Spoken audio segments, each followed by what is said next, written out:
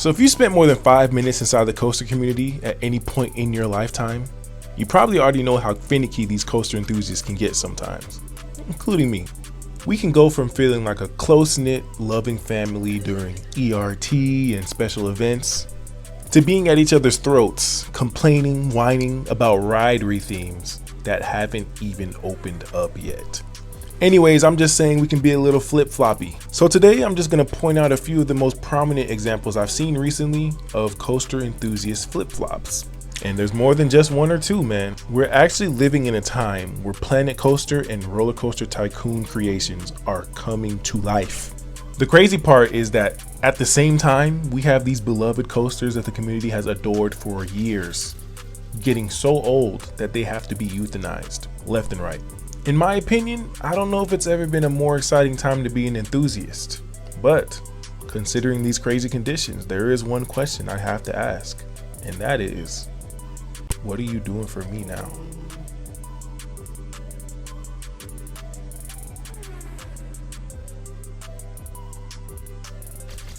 Okay, what's good, what's new? I'm not gonna lie, as calloused as that last question might sound, I mean, isn't it pretty valid? Let's be real, if a ride you've loved for years is running like absolute dog squeeze in its current state, sentimental value can only go so far. Especially when in today's time, it's never been more easy to just abandon your home park for a few days, hop on a plane ride, and go ride an elite coaster not too far away. And I feel like that's how the community has been treating B&M recently, because they are trying their best to fly away from that manufacturer. I wonder if the 3 people watching this video remember a time in the coaster community where a famous saying was, "Shoulda got a B&M." When those 2 letters came up in a conversation, they were synonymous with quality. Like, believe it or not, there was actually a time where B&M was pretty much the #1 undisputed coaster manufacturer in the world. Now you have people making videos about whether or not B&M is washed, boring, overrated. I mean, 10, 15 years ago, those videos could never exist without getting completely dragged. But now in February 2025, if I'm going to be honest with you, I don't even know if B&M is a top 5 manufacturer at the moment. I mean, let's just have a quick unbiased discussion. Would you put B&M right now in 2025 over Intimate? Would you put B&M over Mach? Would you put B&M over RMC? Personally, I don't even know if I'd put them above Vekoma or Gerstlauer right now. And yeah, we know it's not 100% their fault. We know the subcontractor issues, manufacturing costs, and all that stuff. But like it or not, the communal opinion is starting to change. Goliath at Six Flags Magic Mountain. Now, disclaimer. Before you say I'm biased, I am. I don't think Goliath is an amazing ride. I just think it's a buttery smooth orange 7.5 out of 10, okay? I will admit I have a soft spot for Goliath, but I feel like that's because it gets a horrible rep from enthusiasts. In the early 2000s, this was actually a well-respected coaster. It even ranked pretty highly on the Golden Ticket Awards. As you can see, up until 2013, Goliath was considered a top 100 coaster in the world by the GTA. And mind you, the coaster experience hasn't changed that much. It's not like it's become one of those rough rides. It's still buttery smooth and intense. And looking at this ride objectively, let's be real with each other. It has many of the qualities that enthusiasts look for in a coaster. But for some reason that I don't know, people just completely turned on it. In the 2000s, it had a good reputation. In the 2010s, you know, there were some crowds that were saying, okay, the design is a little bit outdated. It could use more airtime. Like, there's room for improvement, but it's not bad. It's not bad. But now in 2025, this 255 foot tall, glass smooth, intense custom hyper coaster is pretty much universally known for being bad. And I don't mean just bad, I mean genuinely bad. People think this is a terrible coaster. And me personally, I think this is one of the purest forms of coaster injustice. However, like I said before, that's a video for another day. All I'm gonna say for now is, if this coaster was built in Sandusky instead of Valencia, the community would have a completely different outlook on it. But I won't speak too much about it just yet. Anaconda. I still don't get it. Look, man, I'm sure we are all very familiar with the saying of, you don't know what you got till it's gone.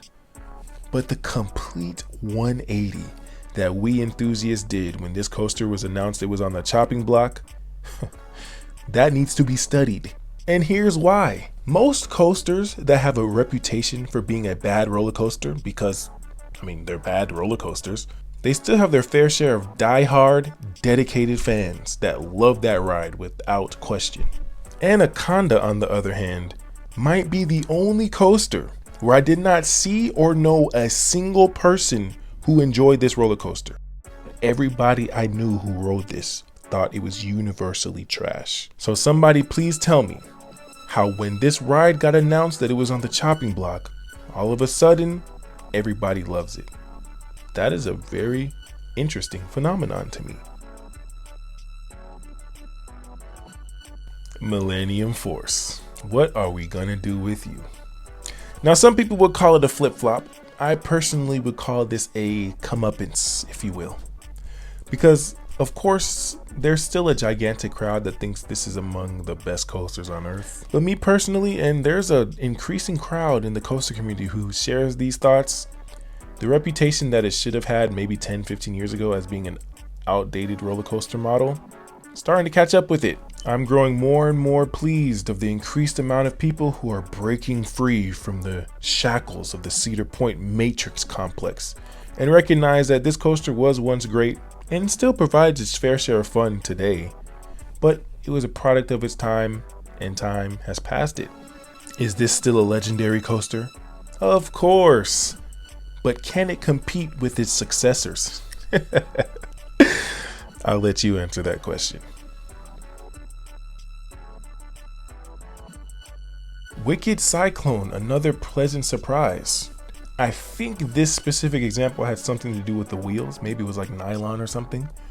But the first few years that this ride came out, it was known for being slow. It was known for being one of the weaker RMCs, and its contemporary was Twisted Colossus, and people thought that Twisted Colossus was blowing it out of the water. So it's not exactly a flip-flop, but the reputation has changed. It was not nearly as respected as it is now. I see quite a few people putting it ahead of Twisted Colossus now.